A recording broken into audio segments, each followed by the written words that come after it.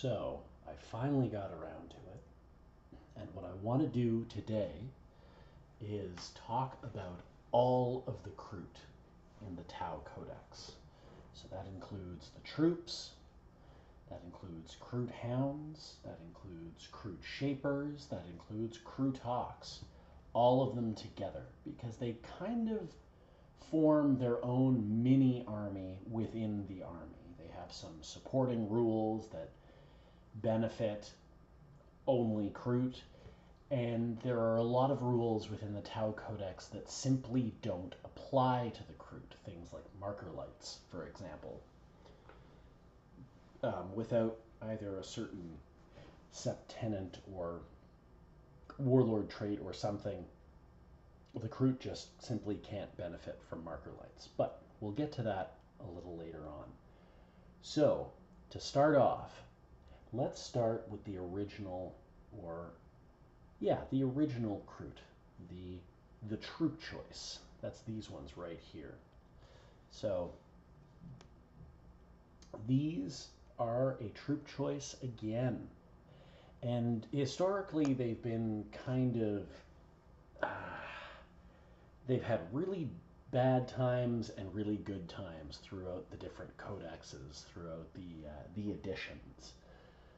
Now, fortunately, they're actually quite useful because they're very cheap and they've been upgraded a little bit along the way to add just a touch more damage and viability and synergy with some of the other Kroot units.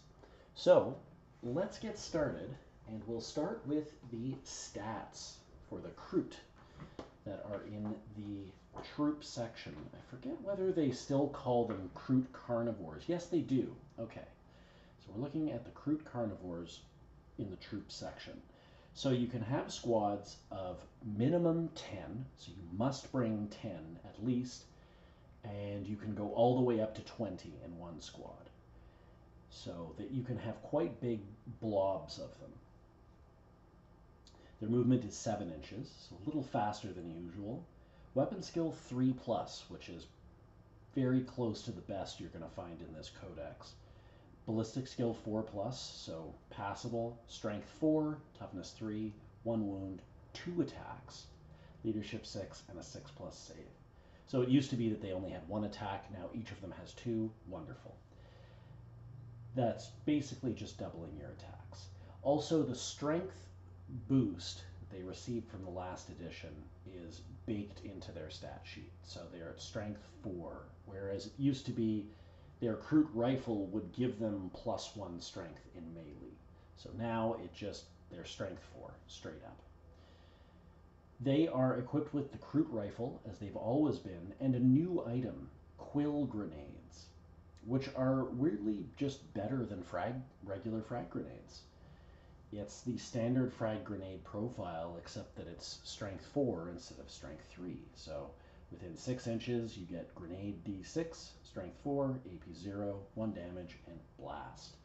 So this can be useful for one of them to huck a grenade at a squad that maybe has more in the unit, making it more worthwhile for them to actually use the grenade.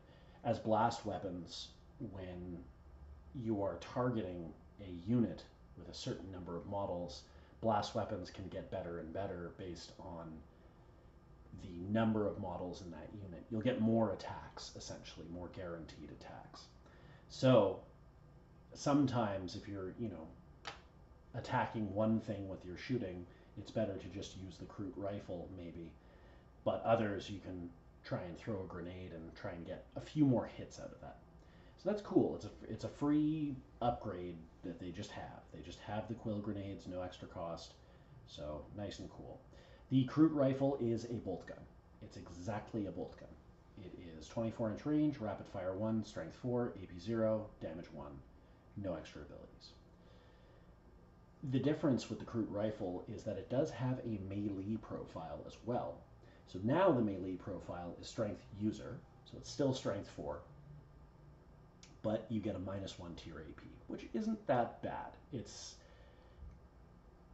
It helps the Kroot do what they're supposed to do if you want to get them to do some damage, which is deal with Other units just like the Kroot. Many in the squad, um, light armor, one wound, like Imperial Guardsmen, for example. Other Kroot would be another one. Actually, Fire Warriors would be a good target. Um, Things like that don't have much armor, so the AP -1 is really going to make a difference. And a bunch of Strength 4 attacks could, wipe out, could really, really damage a squad of Guardsmen, which I think is cool now. Now, the thing is, these guys are not necessarily going to be your big damage dealers. They can deal with some of those small units, like I said, Imperial Guard, Guardsmen, cultists, Chaos Cultists, for example. Basically, your low toughness, low armor chaff that you have lots of in a unit. They're good at dealing with that, both in shooting and more in melee, actually. But the main draw of these guys is that they're so cheap, and they're a troop's choice as well, and they get a nice couple of benefits that can make them well, reasonably good, anyways. But their cheapness is really the draw. It's 6 points a model. So if you've got a squad of 10, that's 60 points for 10 models, or 120 points for 20 if you want to go for that maximum squad, which really isn't that bad. 120 points for 20 models is pretty solid, considering you're also getting the rifle, you're getting the grenades, and you're getting a couple of extra things that come along with just taking Kroot carnivores. So, as I'd mentioned, all of the Kroot units, the carnivores, I'm using this guy to represent my Shaper, and I'll explain that in a second. The Kroot Hounds and the Kroot Hawks, which I don't have, I'll explain that in a second too.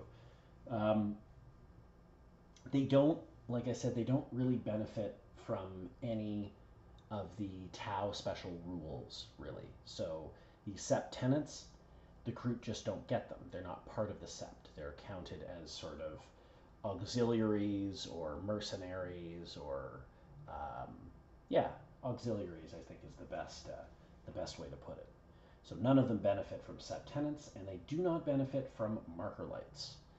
So I'm not sure. I'm going to double check here whether the philosophies of war affect them, but I have a feeling they do not. Yes, okay, so Tau Empire units, excluding Tau Auxiliary units. So, that includes all of the Kroot. We'll get to keywords later.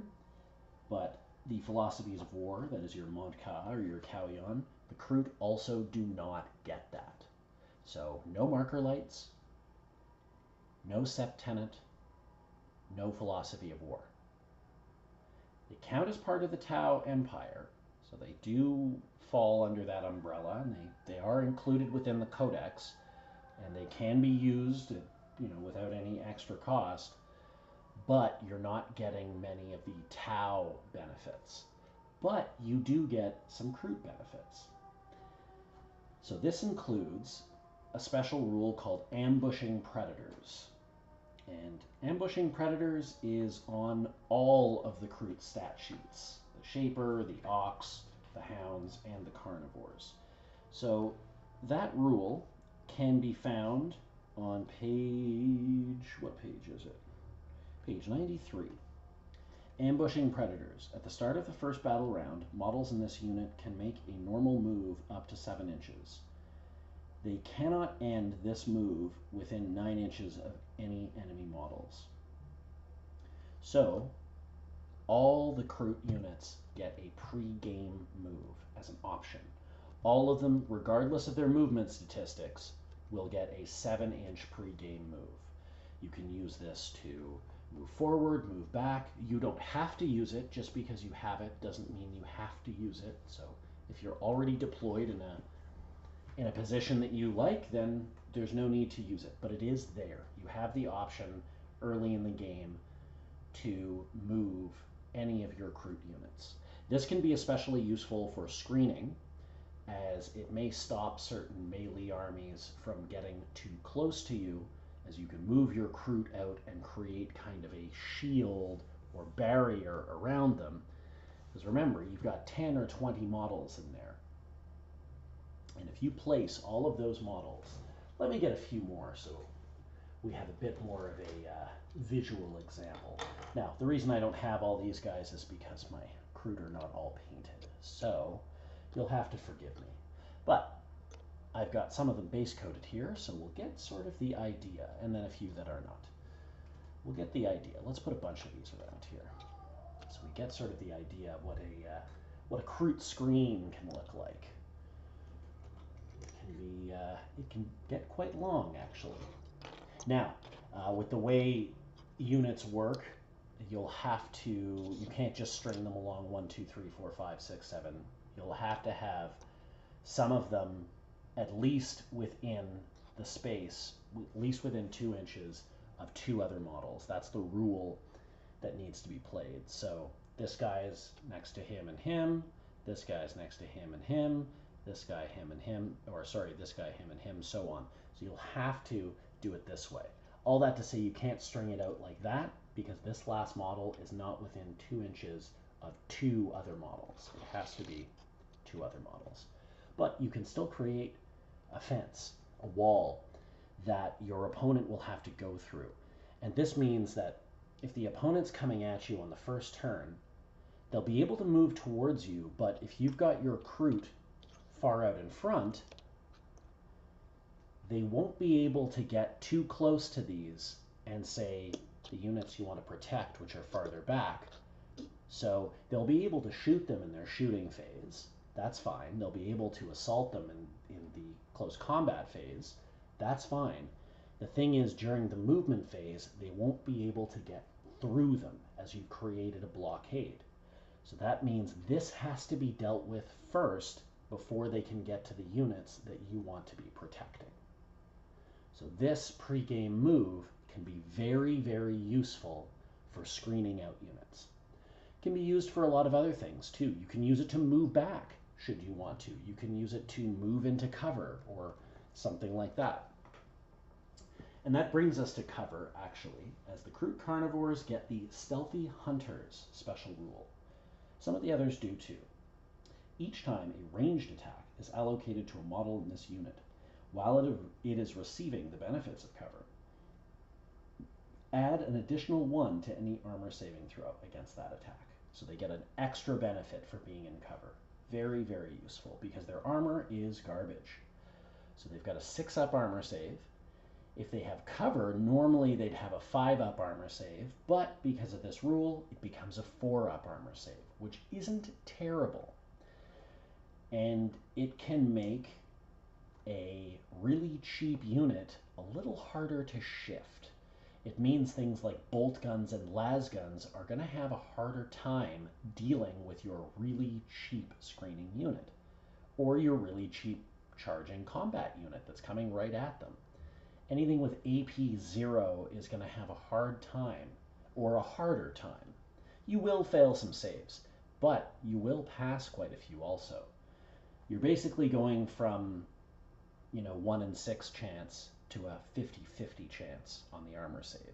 That is if something is shooting with AP 0. So a nice bonus right there, the Stealthy Hunters rule. So they get a pre-game move, and they're able to receive extra benefits from cover.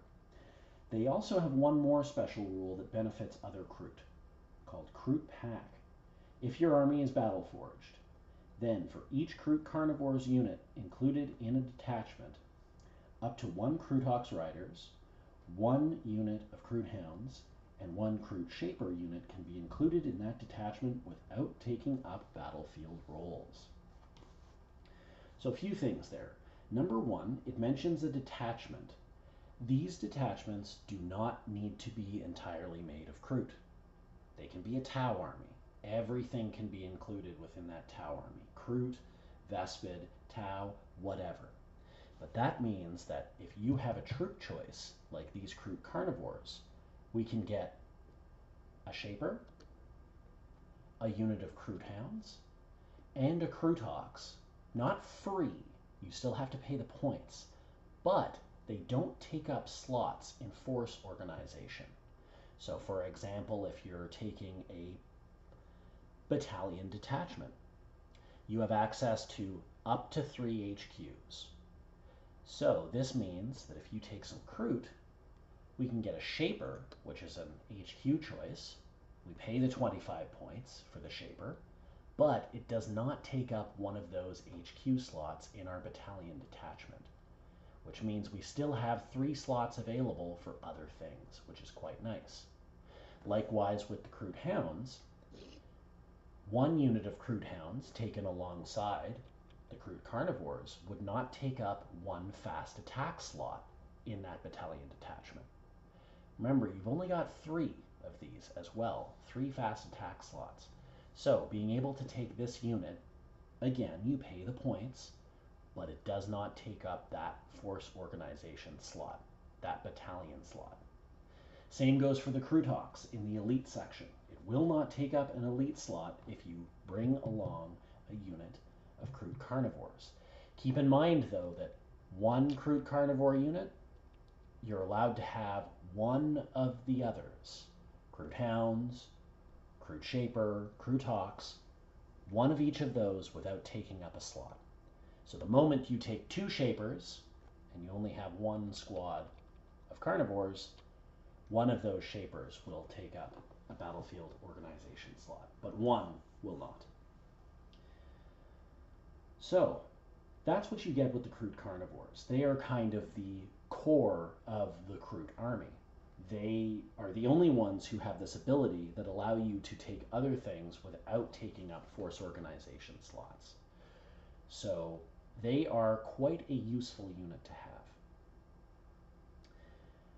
There isn't a lot in the troop section for the Tau. So you've got your breacher teams and you've got your strike teams, and that's it. So you also get to take the Kroot, which is another option, and it's a very, very cheap one. If you need a cheap unit to fill in a troop slot for any reason, this is the one. At 60 points, you'll get 10 Kroot. So next, we'll move on. I think logically it makes sense to move on to the Kroot Shaper. So the Shaper, as I mentioned before, is an HQ choice. It's on page 103. And let's go through its stats to begin with. Kroot Shaper moves 7, same as the other Kroot. It's got weapon skill 2+, which is incredible, especially for this codex. Ballistic skill 4+, so same as the others. Strength 4, toughness 3, 4 wounds, 3 attacks, leadership 8, and a 6+ armor save. So, the Kroot Shaper has gotten a few weapon options that are new. This makes me believe that there's going to be either a new model or already is a new model, and there are going to be weapon pieces or something like that, and the model is probably going to cost a lot of money for very little plastic, which is why I created my own Kroot Shaper. So this is the one I've created. It's a little hard to tell, but he is holding a pulse rifle. So what I've done is I've taken a regular Kroot Carnivore, and I've attached this arm with the knife, and then one of my Tau pulse rifle arms, like this. So I've been able to make it that way, and then once I paint it up, it'll look more distinct. I could also, say, put it on a larger base for a character, so that could be another way to tell it apart. I'd say if you're doing something like this, it's always good to find a way to model it differently or clearly indicate that it is a character, especially if they're going to be traveling amongst the other Kroot. It can get kind of confusing.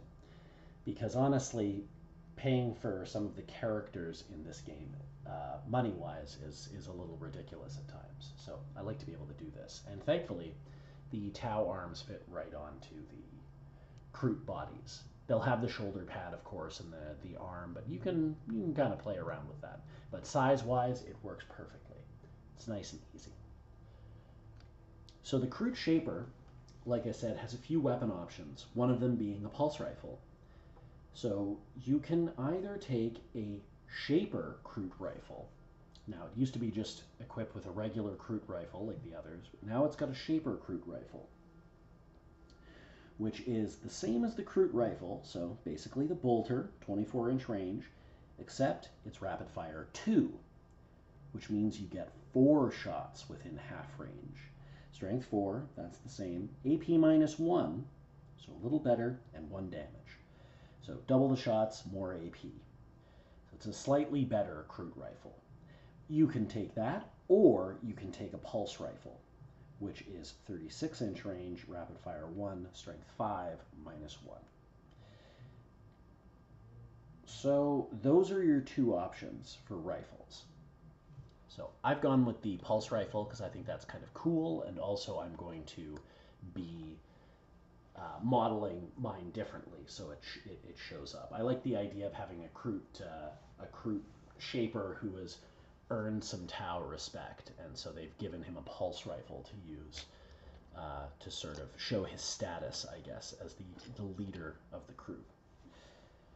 But then there are a couple of other things. So he comes stock with a ritual blade, which actually has a profile this time around. It used to be user, strength user, no AP, 1 damage, which kind of sucks.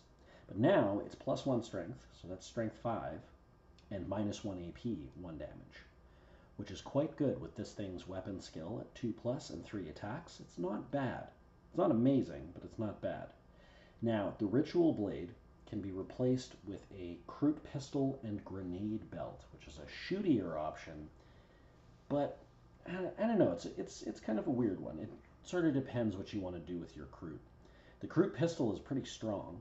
Range 12, pistol 1, strength 5, AP minus 1, 1 damage. So it's like a magnum or something. And then a grenade belt, which is grenade 2d6, strength 5, AP minus 1, but it can only be used once per battle. So it's like he's got a belt covered in grenades and he just tosses it. So one-time use, super grenade, and heavy pistol. The reason I kind of advise against this is the Kroot Shaper's ballistic skill versus its weapon skill. The ballistic skill is not really going to help you. With the pistol, it's only going to be in close combat, and you might as well, I don't know, it doesn't seem right, and instead it's sort of better to have the ritual blade because you've got better weapon skill, it's got good strength, good AP, you've got 3 attacks with it, and the grenade belt is a once per game thing. Now the good news is, regardless of which you want to take, none of the upgrades on the Shaper cost any points. So you can take the grenade belt and pistol, or the ritual blade, same cost. The Kroot Shaper rifle or the pulse rifle, same cost. So that's real nice. The Shaper also has the ambushing predators rule, which is the rule that allows Kroot to make a pre-game move of 7 inches. It's also got the stealthy hunter special rule, which is the extra benefit from cover, so an extra +1 to cover, which is nice. So it fits right in with the Kroot. It's got some of its rules, it can move along with them, it can benefit from cover along with them, but then it also has 2 aura abilities that make it a true leader. Number 1, while a friendly, Kroot unit is within 6 inches of this model, models in that unit can use this model's leadership characteristic instead of their own. Quite beneficial. The Kroot Shaper has leadership 8, whereas the regular Kroot have leadership 6. And this says Kroot unit. So it's not specific to Kroot carnivores. It's Kroot carnivores, Kroot hawks, and Kroot hounds. So they will all get that buff to leadership, all the way to leadership 8, if they're within 6 inches of your Shaper. Very good. And that's just a static aura that just sticks around. There's no activating it, nothing like that. And then we've got the Shaper commands. And this basically makes him a Space Marine captain for the Kroot. While a friendly Kroot unit is within 6 inches of this model, each time a model in that unit makes an attack, re-roll a hit roll of 1. So any attack, which is very cool, that is melee or shooting, you will re-roll your 1s. And once again, that is Kroot units. So Kroot carnivores, Kroot hounds, and Kroot hawks will all gain this benefit. And No, we'll keep going from there. So, these guys give two solid benefits out to the Kroot. Buff to leadership and reliability of attacks. So getting those re-rolls, which is quite nice. A Kroot Shaper is an incredibly cheap 25 points. For an HQ choice, that's fantastic. If for some reason you need to fill a slot for really cheap, 25 points is pretty cheap. You get two solid buffs, a character that can deal a little bit of damage in close combat, but is mostly a support character. But for 25 points, a support character is excellent. So, we've got the Shaper in the HQ slot, the Kroot Carnivores in the Troop slot, and my personal favorite in the Fast Attack slot, Kroot Hounds. I've got a few of these now, these little guys. They're some of my favorites because they are so cheap. They are the cheapest possible unit that you can get. It is 24 points for 4 Kroot Hounds. Now, they're thin as paper, they're easily killed, but they can do a couple of things really usefully. Let's have a look. Firstly, you can have between 4 and 12 hounds. They move 12, so they're quite fast. They have weapon skill 3+, so they're skilled in combat. No ballistic skill, but they have no weapons. Strength and toughness 3, 1 wound, 3 attacks.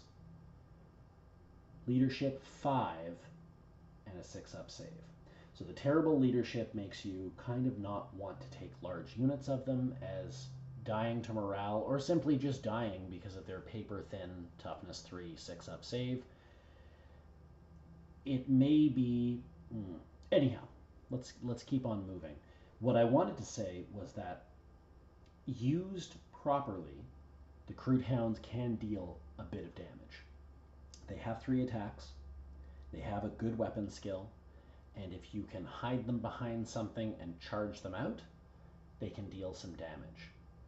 They can also do quite well in the role of holding a backfield objective behind some sort of terrain or, behind something. They've got such a small profile, and you only need 4 of them. Now, with grabbing objectives and the way that it works currently in Warzone, what is it now? The current iteration of the Warzone is you do need to have 5 or more models to cap a point. Otherwise, you have to roll a dice, and there's a chance that you will not capture that point. So maybe take an extra Kroot Hound along. Again, very cheap. They're 6 points a model, so adding one to the unit really doesn't do much in terms of your overall cost. The Kroot Hounds also have -1 AP to their weapon attacks when they're fighting in melee, so that is 3 attacks hitting on 3s that have -1 AP, although they're only strength 3. So not very good, but a lot of attacks. They get the ambushing predators rule, which is the 7-inch pre-game move. So even though they have movement of 12, it's still only a 7-inch pre-game move. And then they have the Stealthy Hunter rule as well, which is the extra benefit from cover, which is really nice for these guys. They benefit heavily from having a Shaper around, as their leadership goes from 5 to 8, making them more likely to survive morale tests. And of course, re-rolling 1s on all those attacks to hit is always helpful as well. They do have the Kroot keyword, so they can get the benefits of having a Kroot Shaper. And lastly, they have something called Voracious Predators. This is unique to the Hounds. You can re-roll advance rolls and charge rolls. So, the Kroot Hounds have a lot of attack power and reliability getting into combat, but their survivability is incredibly low. So you get a lot of attacks, they've got an AP value which is nice, and they can re-roll their charges when you want to move them forward. Or they can re-roll their advances to get onto a point or move somewhere or take a table control or something of that variety.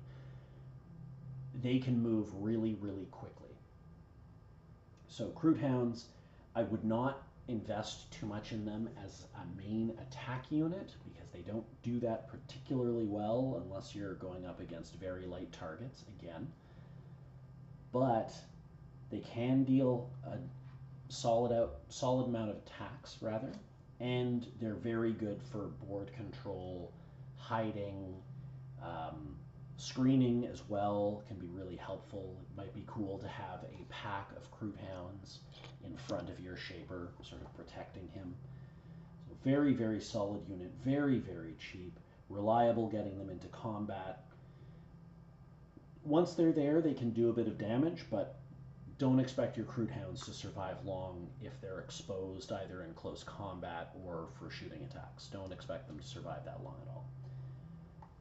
Finally, we'll get to the Kroot Hawks, which I believe is actually the weakest of the Kroot units. It's only 25 points.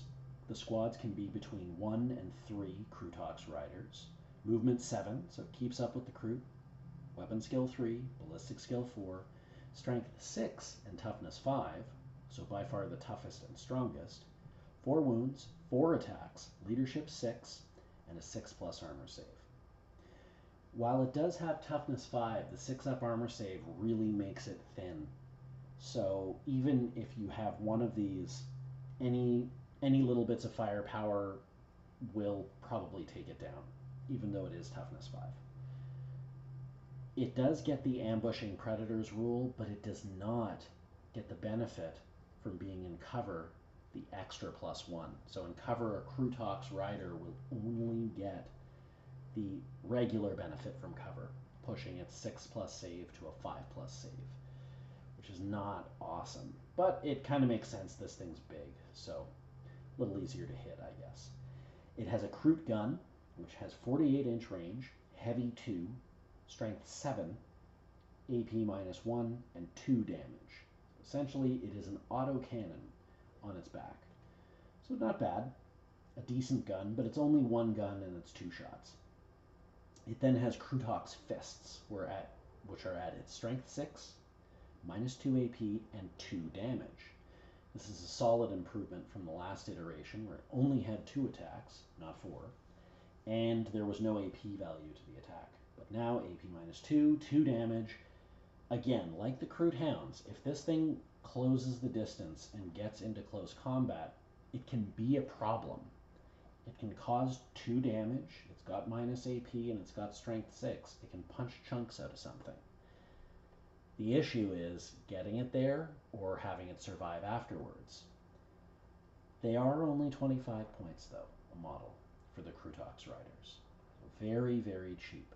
All in all, the Kroot are all very cheap. 25 points for a Kroot Hawks rider, 25 points for a Kroot Shaper, 24 points for a squad of 4 hounds, and 60 points for a squad of 10 Kroot carnivores. Very cool. The Kroot Hawks riders will also benefit from the Shaper abilities, so they will get the bonus to their leadership if a Shaper is nearby, and they will get reroll 1s to hit, which is also quite nice. So, we already talked about the fact that Kroot do not benefit from other Tau special rules, although they do have some of their own. Pre-game moves, benefits from cover, the Shaper buffing every Kroot unit. But there's something else as well.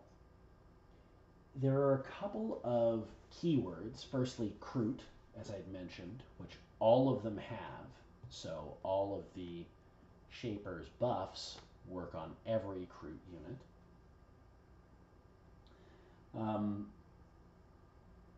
And there are some special stratagems and weirdly warlord traits and relics. There are 3 warlord traits for the Kroot. I would highly advise against using them. They're not necessarily terrible, it's just that warlord traits, at least in matched play, now cost you a command point to even use, and realistically you're not going to want your warlord to be a 25-point paper thin model that only benefits the Kroot in your army, unless you have somehow built a Kroot only or Kroot majority army.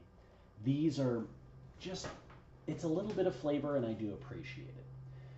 So Master of the Hunt, while a friendly Kroot unit is within 6 inches of this warlord, each time a model in that unit makes a ranged attack that targets a unit within 12 that does not receive, the target does not receive the benefits of cover against that attack. This one sucks. It relies on the Kroot shooting, which is okay, but it also needs it so that you've got to be within 6 inches of the warlord, which you probably will be for the buffs, but you also have to target a unit within 12, and then you take cover away from it in shooting. It's very, very lackluster, especially for the Kroot. There is Pack Leader. This one's a little better. While a friendly Kroot unit is within 6 of this warlord, each time you make a charge roll for that unit, roll 1 additional d6 and discard 1 of the dice. That's very, very good. So this means that you get to roll 3 dice, essentially. So roll 3 dice and discard the lowest for your charge. You probably want to be charging with Kroot at some point. Maybe you don't, maybe they're a screen unit, maybe they're used for something else, but they can be used in combat, and at least it's better than their shooting. So this is actually, in terms of Kroot warlord traits, not bad.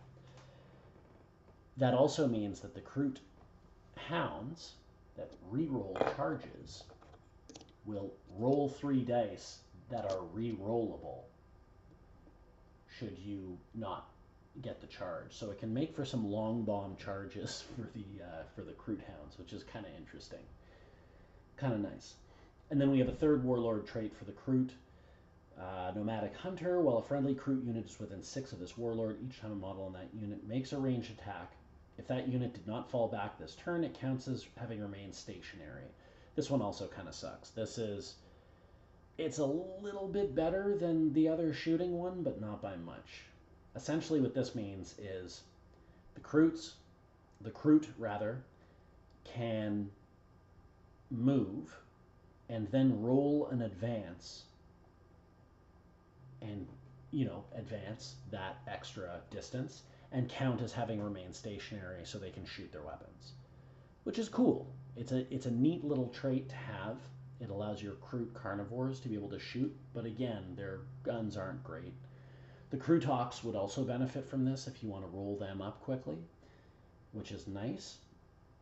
The problem is this affects shooting attacks, which means you can move and advance and shoot, but then you cannot charge because you have advanced. So this one's also kind of lackluster as well. But they're there. You have the option to take warlord trait for your Kroot shaper, should you so choose. And then we have one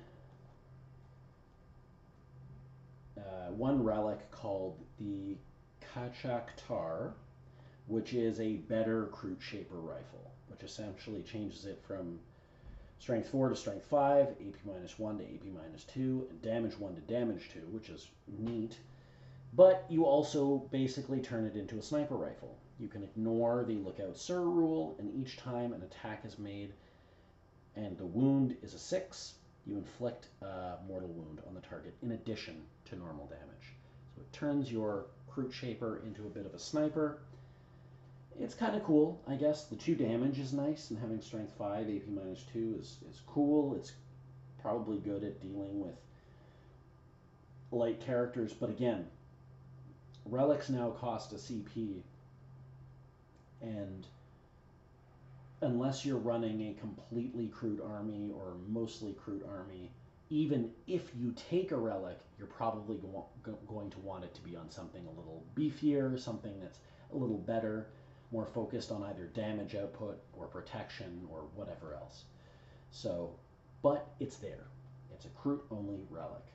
And then, of course, we have got our stratagems. So there are a couple that benefit the Kroot exclusively. Let's have a look. A trap well laid.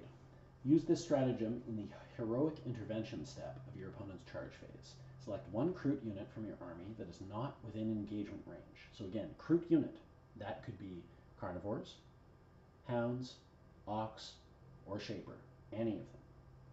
Select one Kroot unit from your army that is not within engagement range. Until the end of the turn, add one to the attacks characteristic of models in that unit. So you can see a nice little bump coming, especially for Kroot carnivore squads, going from 2 attacks to 3 attacks, or Kroot hounds going from 3 attacks to 4. That unit is eligible to perform heroic interventions as if it were a character. That unit is eligible to perform heroic interventions if it is within 6 inches horizontally of an enemy unit. And when performing a heroic intervention move with that unit, you can move the model in that unit up to 6 inches. All other rules for heroic interventions still apply. So you can jump a Kroot unit out and sub them into combat. Not sub them in, but jump them in to kind of save the day in combat.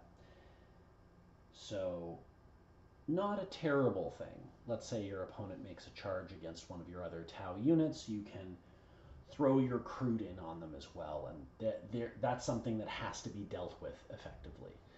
And a unit of 10 carnivores, as an example, with 3 attacks each, strength 4, AP -1, is not something that can simply be ignored unless it's the heaviest of units. So that's there. So your opponent then would have to choose, okay, do I fight the Kroot, take them out so that I'm not attacked, or do I attack the unit I had initially charged to try and knock them out? So it's not a bad one, especially for 1 CP. And then you've got Grizzly Feast, which is a little more situational. Use this stratagem in the fight phase when an enemy unit is destroyed by an attack. So the enemy unit has to be destroyed, not model, by an attack made by a model in a Kroot unit from your army. Until the end of the battle, each time a model in that Kroot unit would lose a wound, roll a d6. On a 5+, that wound is not lost. So you have to kill something, a unit, in the fight phase for this to take effect, and effectively they start eating them and gaining their power, which is kind of cool, actually. It's 1 CP, it's not bad. The cool thing about the CP is that essentially what happens is you only have to trigger it after you kill something in combat. So your unit of carnivores charges in, let's say they finish off a light unit, you pop this stratagem, they now have 5+ to ignore wounds until the end of the battle, which is very cool. Not end of the turn, the battle. So it makes them a little more survivable, but again, remember, they're 1 wound usually, toughness 3, low armor, but you now have a 5-up feel no pain, which is kind of cool. So that's the other one too. I believe I have covered everything. We've got the stratagems, the warlord traits, the 1 relic, the keywords, the fact that they do not benefit from other Tau rules. So, all in all, Kroot are an incredibly economic choice. Not money-wise, but point-wise. You can get a lot of bodies for very, very, very cheap. They're easy to kill. They're decent in the skill category when it comes to close combat, though. They can be buffed by some of their own special rules or by a shaper being nearby. When running these, it may be fun or may be easy to add, say, just a single unit of Kroot hounds to your army as something that can, take a little board control in your side or screen something. A unit of carnivores can do that as well. But there is a serious benefit to having a shaper with other Kroot units to give it that extra leadership boost, which is nice, and the reliability when hitting if you want them to be more combat focused. And the thing is, it's not a huge point investment either if you're taking all of these things. As an example, it would be 60 points for this unit here of 10 Kroot carnivore, and then let's say we have a unit of 4 Kroot Hounds. That would be another 24 points, so we're at 84 points so far. And then a Shaper is 25. So that is basically 100, let's see, 109 points for 3 units, which is very, very cheap. You get your HQ, you get a unit of Hounds, and you get a Carnivore Squad. And since you brought this Carnivore Squad, these 2 units do not take up a slot in the force organization chart. So you're free to take them with your other units, and it's even better that they're cheaper because you'll have more points to get more units into your force organization slot. Kroot are cheap. They're cheap. They are efficient for their points cost in terms of what they can actually do with damage, especially in close combat. Don't expect them to survive much, though. There's not going to be a lot of surviving happening. Overall, though, solid units and could be a good add to virtually any Tau army. Thanks for watching.